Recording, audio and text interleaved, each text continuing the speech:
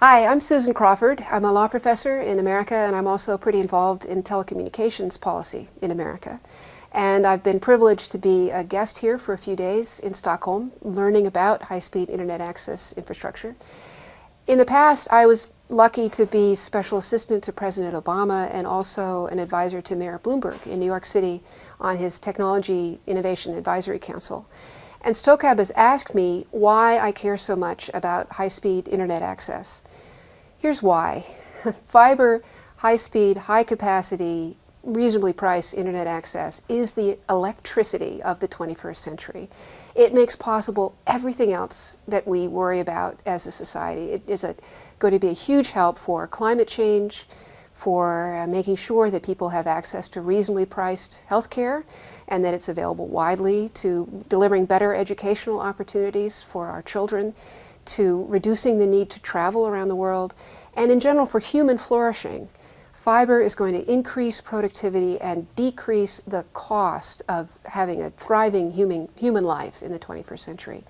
So it is the most important infrastructure to be focusing on today, in the 21st century, and that's why I'm so interested.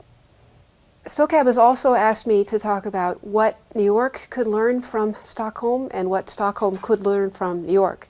So here's something that perhaps Stockholm could learn from New York. I was just out at Gilded Science City this morning, meeting with entrepreneurs and students, and they have the connectivity, a terrific connectivity here in Stockholm. What they may not have as much of is a connection between venture capital and meeting places and young entrepreneurs, a sort of thriving ecosystem that not only helps new businesses be born at research universities, but also then helps them cross what's sometimes called the valley of death into distribution, making sure that those businesses have scale, a place to be incubated, enough real estate space. So there's some gaps in the ecosystem here, mostly having to do with space, real estate, meeting places, and lots of venture capital coming here to Stockholm.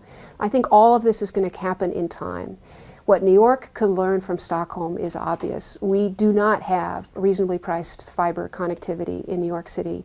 We could learn that it's important to plan intentionally for fiber, just the way you plan for bridges and tunnels and rivers, that it's going to be essential, in fact, to build a passive fiber infrastructure that covers all of the boroughs of New York, so that competition will arise, provided by lots of other players, and we get fiber to the home access for everybody in New York City.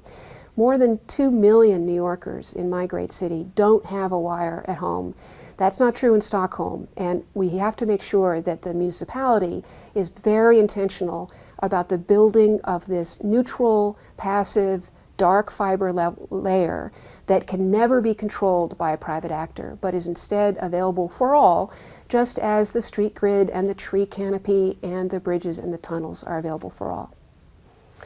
I've also been asked what the difference is between United States and New York and Stockholm. You know, frankly, in many ways there isn't that much difference. These are both great global cities. One's a little darker and a little colder than the other. But they're full of fascinating people who want to learn from each other, and I'm hoping that there can be quite a set of meetings and translations and interactions between New York policymakers and the people who've been so thoughtful in Stockholm. Thanks for having me.